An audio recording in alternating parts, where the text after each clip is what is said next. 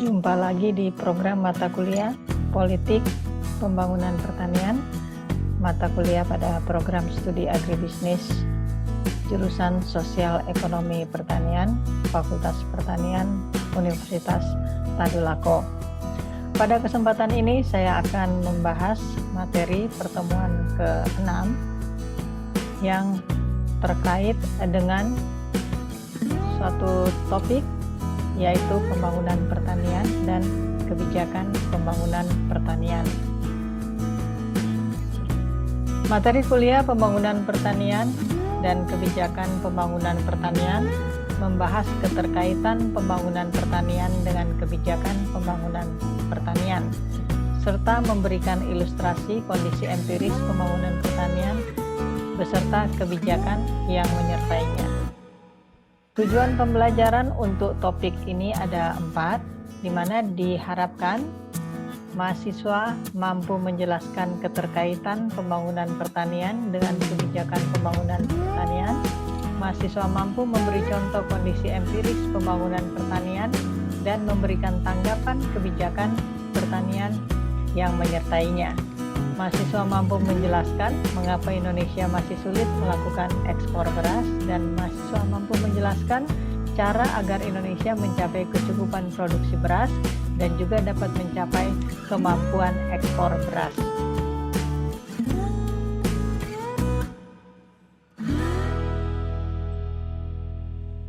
Keterkaitan pembangunan pertanian dan kebijakan pembangunan pertanian dapat diilustrasikan sebagai berikut. Pembangunan pertanian merupakan proses membangun, mengembangkan, juga termasuk memperbaiki sektor pertanian, yaitu manusia, lingkungan hidup, sosial, ekonomi, dan seluruh proses yang berlangsung di sektor pertanian dari hulu ke hilir hingga pemasaran, termasuk peningkatan peran pertanian dalam berbagai bidang kehidupan. Adapun kebijakan pembangunan pertanian adalah serangkaian pedoman yang digunakan untuk bertindak dalam proses membangun, mengembangkan, juga termasuk pedoman yang digunakan untuk memperbaiki sektor pertanian, yaitu memperbaiki manusia, lingkungan hidup, sosial, ekonomi, dan seluruh proses yang berlangsung di sektor pertanian dari hulu ke hilir hingga pemasaran. Juga pedoman yang digunakan untuk mengambil langkah-langkah peningkatan peran pertanian dalam berbagai bidang kehidupan. Maka, kebijakan pembangunan pertanian merupakan serangkaian pedoman yang digunakan untuk semua tindakan terkait dengan pembangunan pertanian, baik tindakan yang telah, sedang, maupun yang akan dilaksanakan oleh pemerintah untuk mencapai tujuan tertentu dalam pembangunan sektor pertanian. Berikut saya akan tampilkan satu artikel. Artikel ini bisa dibaca di LMS Universitas Tadulako dan LMS pada Indonesia. Saya akan mengilustrasikan saja artikel ini, disimak baik-baik, dan berikan kesimpulan kondisi produksi beras di tanah air.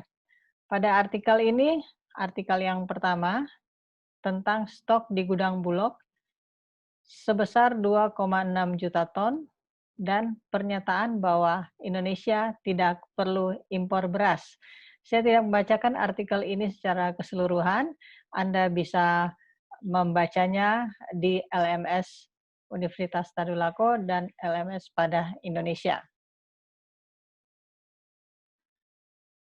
Kesimpulan di artikel pertama, pernyataan bahwa stok di gudang Bulog 2,6 juta ton dan Indonesia tidak perlu impor beras, berisikan dua statement. Yang pertama bahwa pasokan beras di gudang Bulog cukup aman, dan dua, tidak ada impor beras sampai tahun 2020. Artikel ini Anda baca baik-baik kembali, dan ada kaitannya dengan kuis yang harus Anda jawab. Sampai di sini, jika ada pertanyaan, silakan disimpan pertanyaannya, kita akan diskusi di kelas. Selanjutnya ada artikel berikutnya, ini terkait dengan kondisi empiris pembangunan pertanian dan kebijakan pembangunan pertanian yang menyertainya. Ini artikel terkait dengan harga beras, kemampuan Indonesia bersaing di dunia internasional. Baca baik-baik juga artikel kedua ini.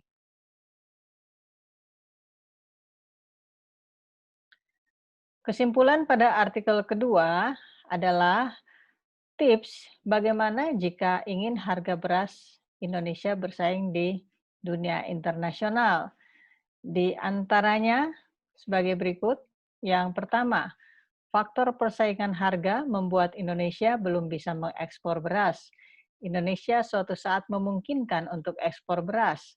Kalau semua program berjalan dengan baik, kemudian produktivitas bisa ditingkatkan, kualitas bisa ditingkatkan, maka suatu saat Indonesia akan mampu mengekspor beras.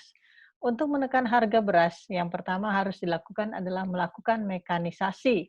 Artinya, segala proses yang dilakukan dengan cara konvensional seperti pemotongan padi harus diubah dengan menggunakan mesin. Kepemilikan sawah yang berbeda-beda di satu hamparan luas, ini akan menyebabkan waktu dan produksi yang berbeda-beda. Pertanian di Indonesia harus menggunakan teknologi terpadu sehingga pengelolaan tanamnya juga terpadu. Saya ingatkan kembali untuk artikel 1 dan artikel 2 Anda harus menyimak baik-baik dan kemudian Anda harus menjawab kuis di akhir topik mata kuliah ini. Berikut saya tampilkan kuis, jawab pertanyaan. Yang pertama, jelaskan keterkaitan pembangunan pertanian dengan kebijakan pembangunan pertanian.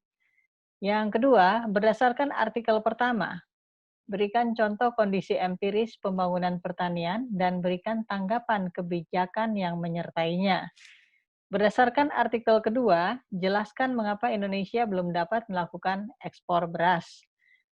Yang keempat, berdasarkan contoh kondisi empiris pembangunan pertanian pada artikel 1 dan 2, hal apa yang perlu dilakukan agar Indonesia mencapai kecukupan produksi beras untuk kemandirian pangan dan sekaligus dapat melakukan ekspor beras.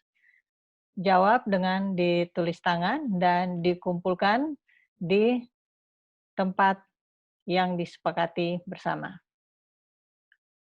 Sebagai penutup, diharapkan melalui topik pembangunan pertanian dan kebijakan pembangunan pertanian, Anda sudah mampu, pertama, menjelaskan keterkaitan pembangunan pertanian dengan kebijakan pembangunan pertanian.